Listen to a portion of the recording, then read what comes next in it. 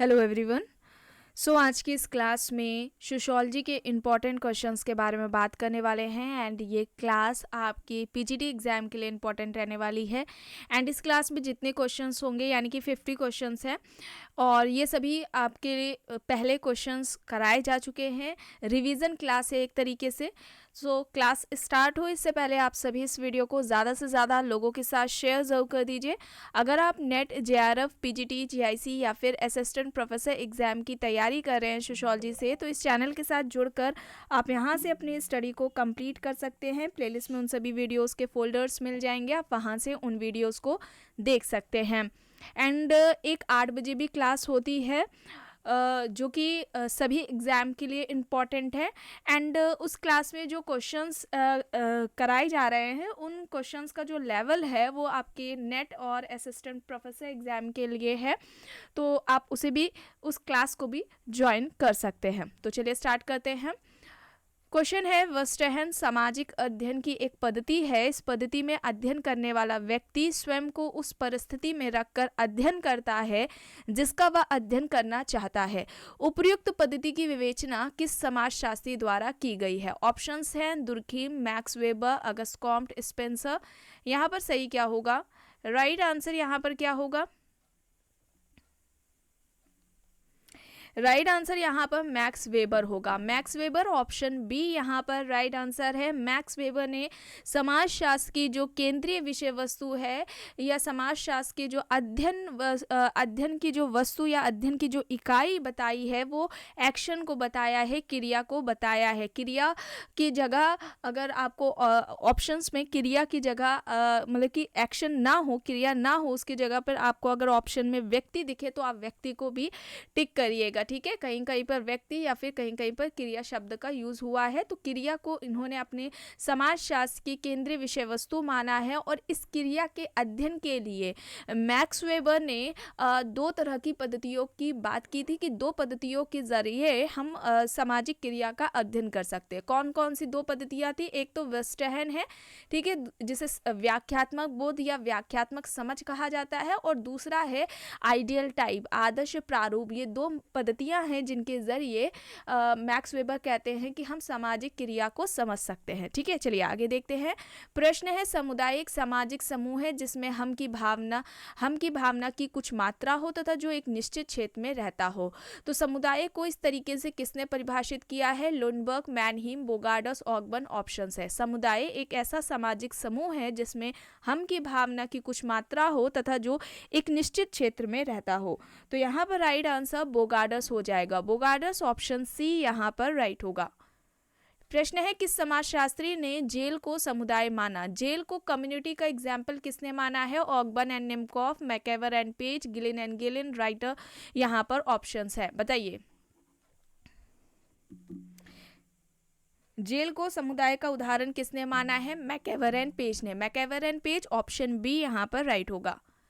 प्रश्न है, जब किसी छोटे या बड़े समूह के सदस्य साथ साथ इस प्रकार रहते हैं कि वे किसी विशेष हित में भागीदार नहीं होकर सामान्य जीवन की मूलभूत दशाओं या परिस्थितियों में भाग लेते हों, तो ऐसा जो समूह है उसे क्या कहा जाएगा? समाज कहा जाएगा, समिति, संस्था या फिर समुदाय?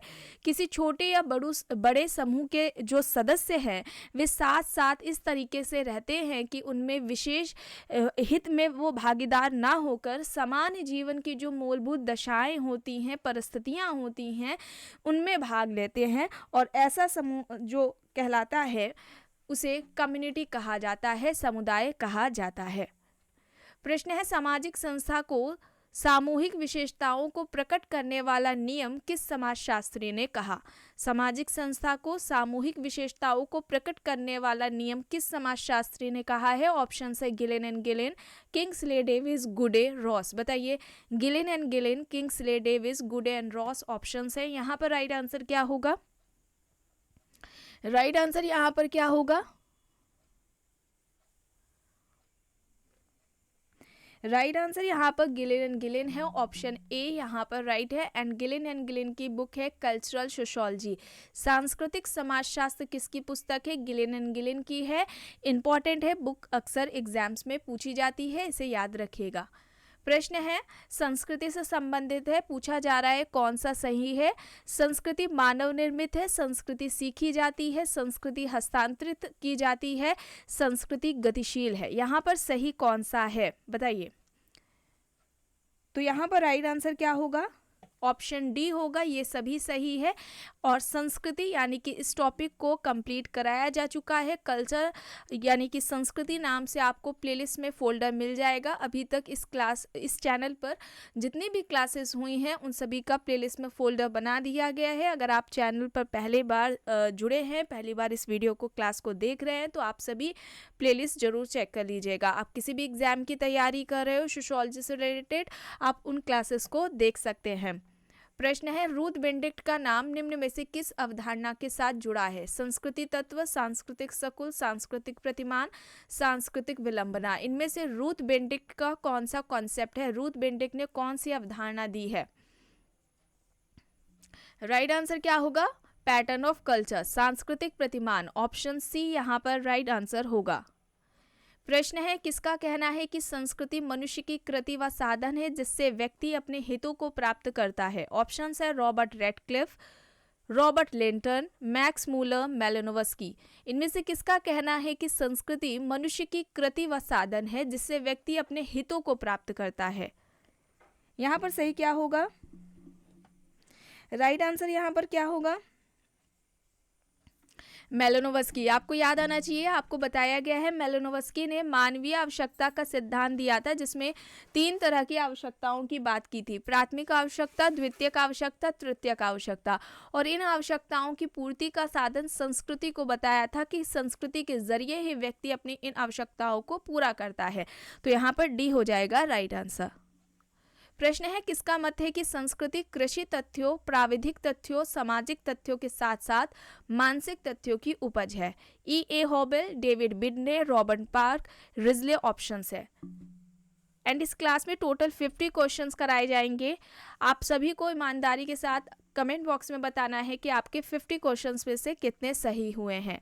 किसका मत है कि संस्कृति कृषि तथ्यों, प्राविधिक तथ्यों, सामाजिक तथ्यों के साथ साथ मानसिक तथ्यों की उपज है। तो यहाँ पर राइट आंसर डेविड बिडने है, डेविड बिडने, ऑप्शन बी यहाँ पर राइट होगा। प्रश्न है मुख्य या प्रति संस्कृति को अन्य संस्कृति चुनौती देती है तो ऐसी संस्कृति कहलाती है।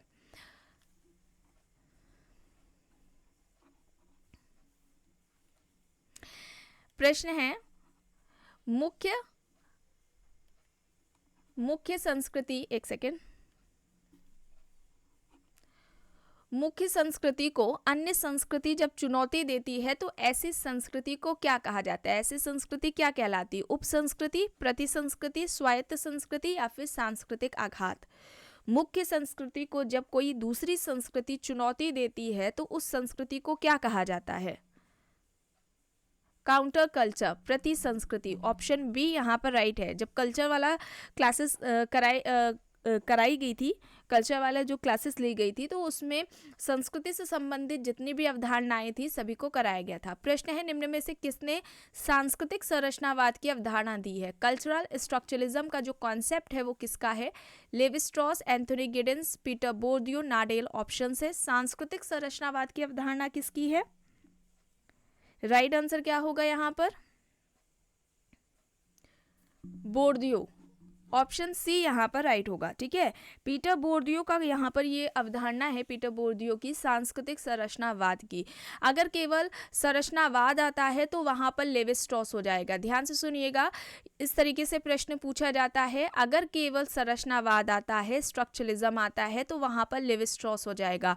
अगर प्रश्न आता है भाषाई संरचनावाद की अवधारणा कहाँ किसकी है तो सोसरे हो जाएंगे। ठीक है, सोसरे की है भाषाई संरचनावाद की अवधारणा। फिर अगर आता है सांस्कृतिक संरचनावाद तो आपको बताया गया है बोर्डियो की है। और इसके अलावा संरचनाकरण की अवधारणा आती है, स्ट्रक्चरेशन यानी कि संरचनाकरण, तो वहाँ पर एंथोनी गिडेंस हो जाएंगे। ठीक है, तो ऑप्शन सी यहाँ पर राइट है, कंफ्यूज ना होइएगा, प्रश्न इस तरीके से पूछे जाते हैं इसलिए आपको बताया गया है। प्रश्न है जब संस्कृति के लक्षण या समग्रता एक समाज से दूसरे में फैलते हैं तो इसे कहा जाता है प्रसंस्कृतिकरण, प्रसारण, सांस्कृतिक विनिमय, सांस्कृतिक आक्रमण। जब संस्कृति के लक्षण या समग्रताएं एक समाज से दूसरे समाज में फैलते हैं तो इसे क्या कहा जाता है? क्या कहा जाएगा? प्रसारण कहा जाएगा या प्रसार? ऑप्शन बी यहाँ पर राइट होगा। प्रश्न है सभ्यता और संस्कृति से संबंधित निम्न कथनों पर विचार करें और बताना है कौन सा सही है। सभ्यता संस्कृति की वाहक है, सभ्यता सांस्कृतिक क्रियाओं को शक्ति प्रदान करती है, सभ्यता संस्कृति का पर्यावरण है, सभ्यता संस्कृति की दिशा को प्रभावित करती है। तो यहाँ पर सही क्या होगा?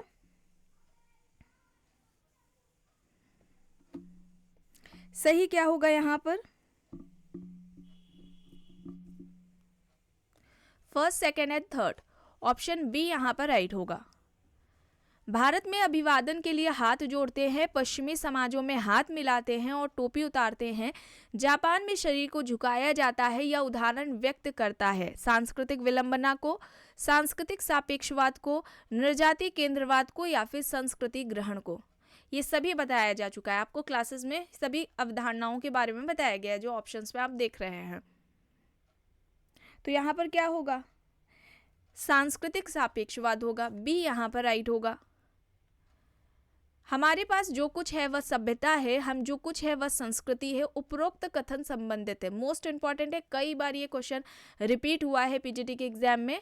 ऑप्शंस है मैकेवर, ऑगबर्न, क्रोबर, सोरोकिन। नेट के पेपर में भी ये कई बार पूछा गया है। हमारे पास जो कुछ है वह सभ्यता है, हम जो कुछ है वह संस्कृति है। ये कहना किसका है? मैकेवर का। ऑप्शन ए यहाँ पर राइट होगा। निम्न में से किसने सांस्कृतिक समाजशास्त्र पुस्तक लिखी? सांस्कृतिक समाजशास्त्र की बुक किसकी है? Ginsberg, Bottomore, Spencer, Gillin and Gillin. Right क्या होगा यहाँ पर? सांस्कृतिक समाजशास्त्र किसकी है? गिलेन एंड गिलेन की। डी यहाँ पर राइट होगा।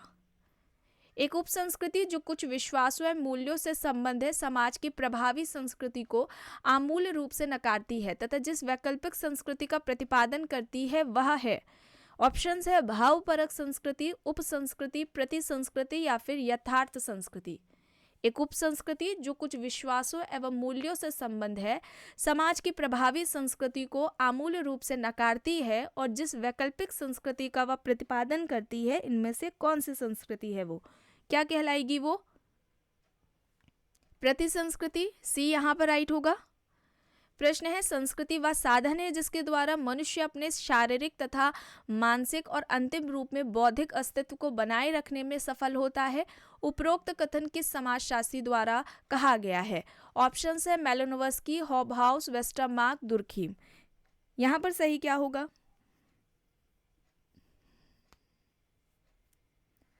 राइट आंसर क्या होगा यहाँ पर? मेलोनोवस्की। ऑप्शन ए यहाँ पर राइट होगा। प्रश्न है निम्न में से किसने अखिल भारतीय अस्पृश्यता विरोधी लीग की स्थापना की है? बी आर अम्बेडकर, महात्मा गांधी, दयाराम साहनी, राजा राम मोहन राय। इनमें से किसने अखिल भारतीय अस्पृश्यता विरोधी लीग की स्थापना की है? राइट आंसर क्या होगा? राइट आंसर क्या होगा? महात्मा गांधी जी। बी यहाँ पर राइट होगा। और महात्मा गांधी जी ने इसका नाम बदलकर हरिजन सेवक संघ कर दिया था। ठीक है, गांधी जी ने इसका नाम बदलकर हरिजन सेवक संघ कर दिया था, ये भी याद रखिएगा।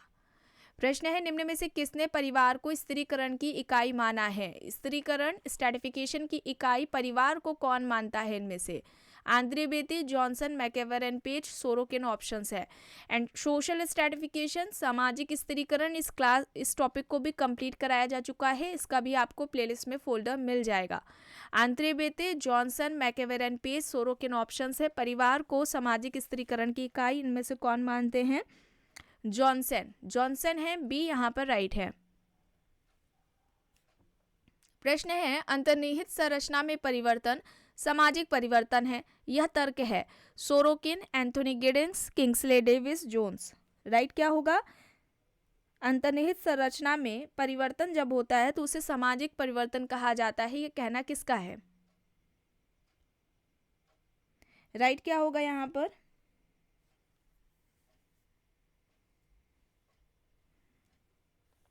एंथोनी गिडिंस। एंथोनी गिडिंस का कहना था हर एक समाज की एक आंतरिक संरचना होती है और जब उस आंतरिक संरचना में किसी भी तरीके का कोई बदलाव, परिवर्तन देखने को मिलता है तो ऐसा परिवर्तन सामाजिक परिवर्तन कहलाता है। प्रश्न है प्रगति वह है जो मानवीय सुख में वृद्धि करती है, यह कथन संबंधित है। ऑप्शंस हैं Watt, Leslie White, Julian Steward, Gurvitch and Moore. प्रगति वह है जो मानवीय सुख में वृद्धि करती है, इस कथन से संबंधित कौन है? राइट क्या होगा यहाँ पर? वॉट। ऑप्शन ए यहाँ पर राइट होगा। प्रश्न है निर्धारित भूमिका की अवधारणा है। निर्धारित भूमिका की अवधारणा किसकी है? नाडेल, न्यूकॉम्ब, मर्टन, गॉफमैन ऑप्शंस है। एंड भूमिका की बात हो रही है तो आपको ये बताना है कि स्टेटस एंड रोल यानी कि प्रस्तुति और भूमिका, इस टॉपिक को कंप्लीट कराया जा चुका है।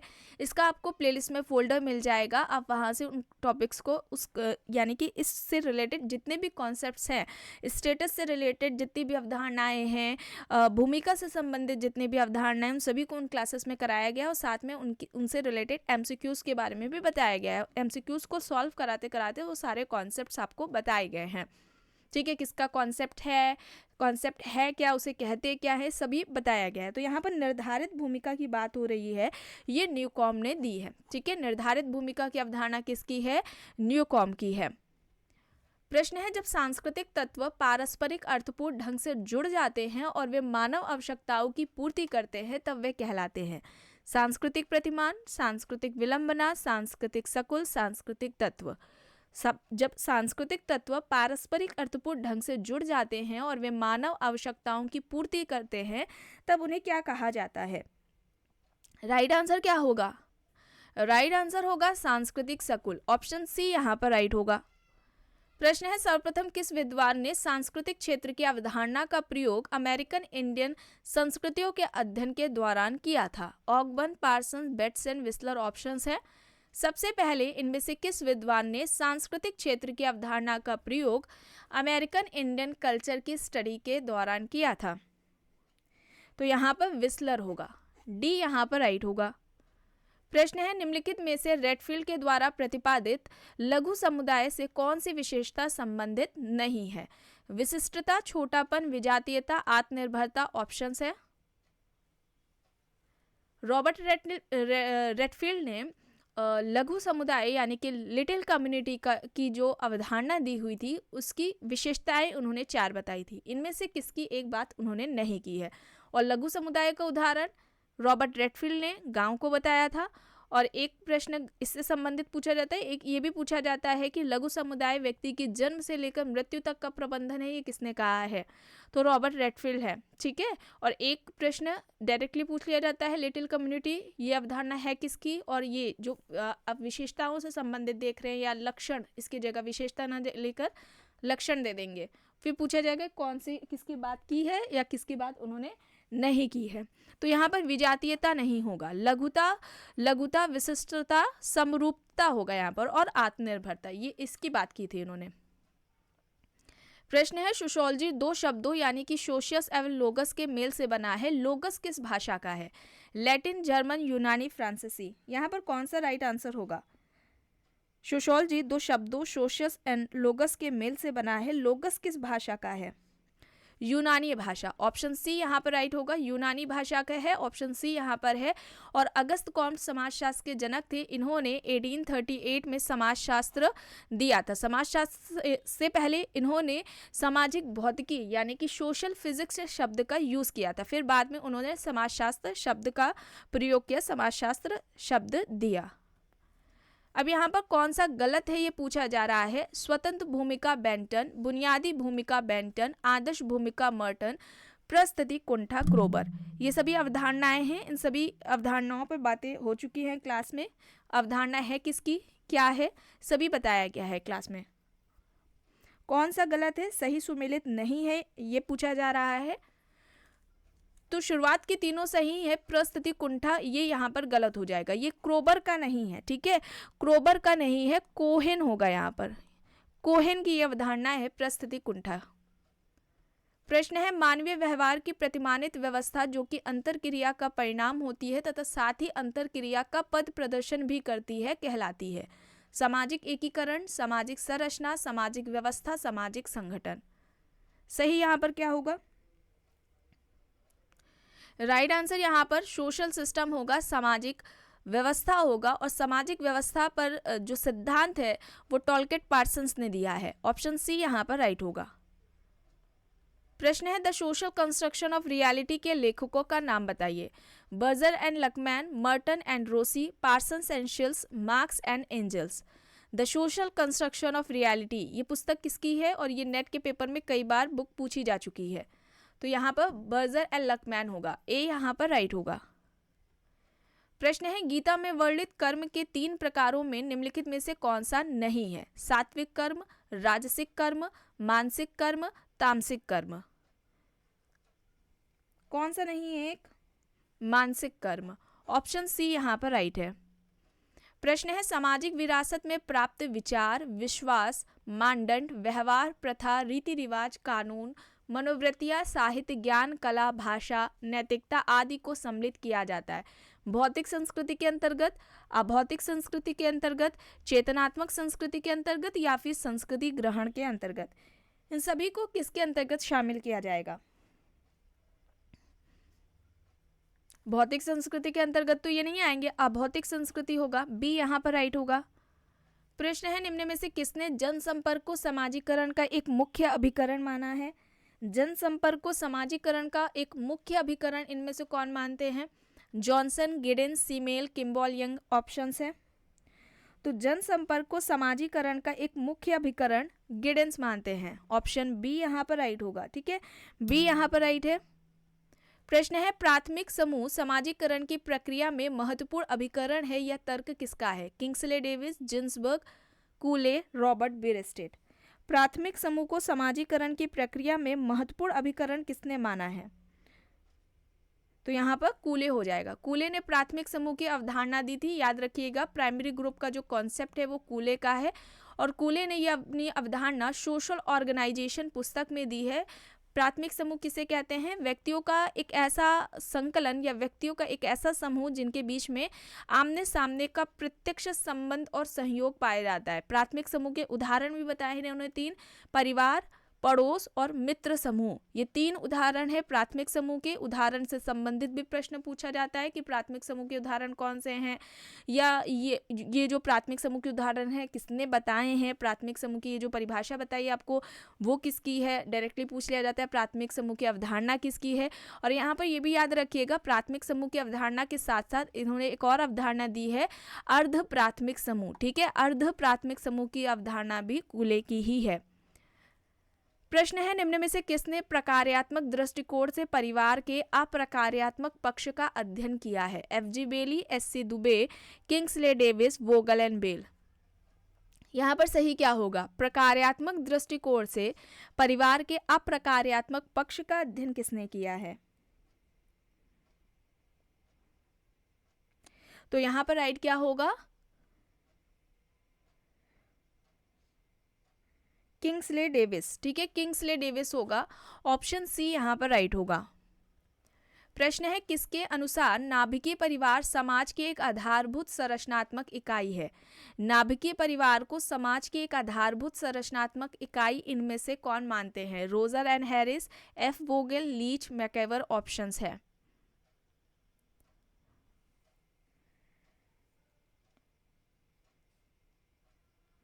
तो यहाँ पर रोजर एंड हैरिस होगा, ए यहाँ पर राइट होगा। प्रश्न है बंद समाज की अवधारणा के प्रवर्तक कौन है? मैकेवर, किंग्सले डेविस, कॉल पॉपर, सीमेल। बंद समाज की अवधारणा किसने दी है? Call popper. कॉल पॉपर ने समाज के 2 प्रकार बताए थे, बंद समाज और खुला समाज। प्रश्न है भारतीय संविधान के निम्न में से कौन से अनुच्छेद के तहत भारत में अल्पसंख्यकों के हितों की सुरक्षा की गारंटी दी गई है? कौन सा आर्टिकल होगा यहाँ पर?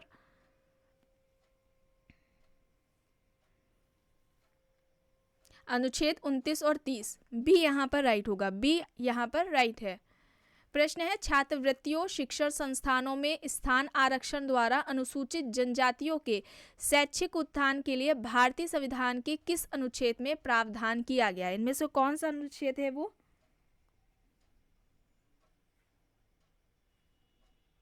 तो यहाँ पर आर्टिकल कौन सा हो जाएगा? 15D। डी कहें या 4 ऐसे, ठीक है, आर्टिकल 15D है, ऑप्शन ए यहाँ पर राइट है। प्रश्न है अनुसूचित क्षेत्रों वाले हर राज्य के राज्यपाल को भारतीय संविधान की किस अनुसूची में आदिवासियों के हित में शक्तियां प्राप्त है। अब अनुसूची इनमें से कौन सी है जिसके तहत उनको ये अधिकार मिला है।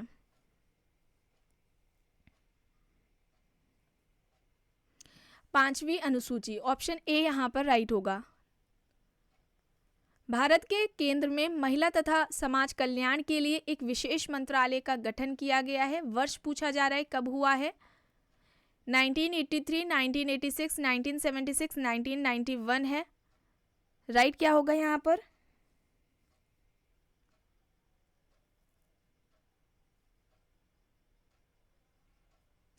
नाइनटीन 86 बी यहाँ पर राइट होगा। प्रश्न है निम्न में से किसने भारतवर्ष में जनजातियों के लिए पृथक्करण की नीति का समर्थन किया। गुरिये, एफ.जी. बेली, एल्विन, श्रीनिवास ऑप्शंस है। और जनजातीय समाज यानी ट्राइबल सोसाइटी, इस टॉपिक को भी कंप्लीट कराया गया है। इसका भी आपको प्लेलिस्ट में फोल्डर मिल जाएगा। जनजातियों के लिए पृथक्करण नीति का समर्थन इनमें से किसने किया है। गुरिये, बेली, एल्विन, श्रीनिवास ऑप्शंस है। जनजातियों की जो समस्याएं थी उन समस्याओं को दूर करने के लिए उस समय विभिन्न विद्वानों द्वारा नीतियां लाई जा रही थी। तो जो वेरियर एल्विन है उन्होंने पृथक्करण की नीति की बात की थी। और इसके अलावा नेशनल पार्क यानी कि राष्ट्रीय उद्यान या राष्ट्रीय वन की अवधारणा भी इन्होंने दी है। और घुरिये ने वहीं पर आत्मसातकरण की नीति की बात की थी। तो यहाँ पर सी राइट होगा। और आत्मसातकरण की नीति घुरिये की है, ये भी याद रखिएगा, इससे संबंधित भी प्रश्न पूछा जाता है। प्रश्न है निम्न में से कौन अनटचेबिलिटी इन रूरल गुजरात के लेखक है। A M. Shah, I P. Desai, K M. Kapadia, G S. Ghurye options हैं। अनटचेबिलिटी इन रूरल गुजरात किसकी है? Untouchability in rural Gujarat I P. Desai, B यहाँ पर राइट है। अब यहाँ पर बुक्स दी गई हैं, सही क्या होगा? Ideology and Theory in Indian Sociology, Sociology of Indian Sociology, and Anthropologist among Historian and Other Essays, Themes and Perspective in Indian Sociology है। यहाँ पर सही क्या होगा?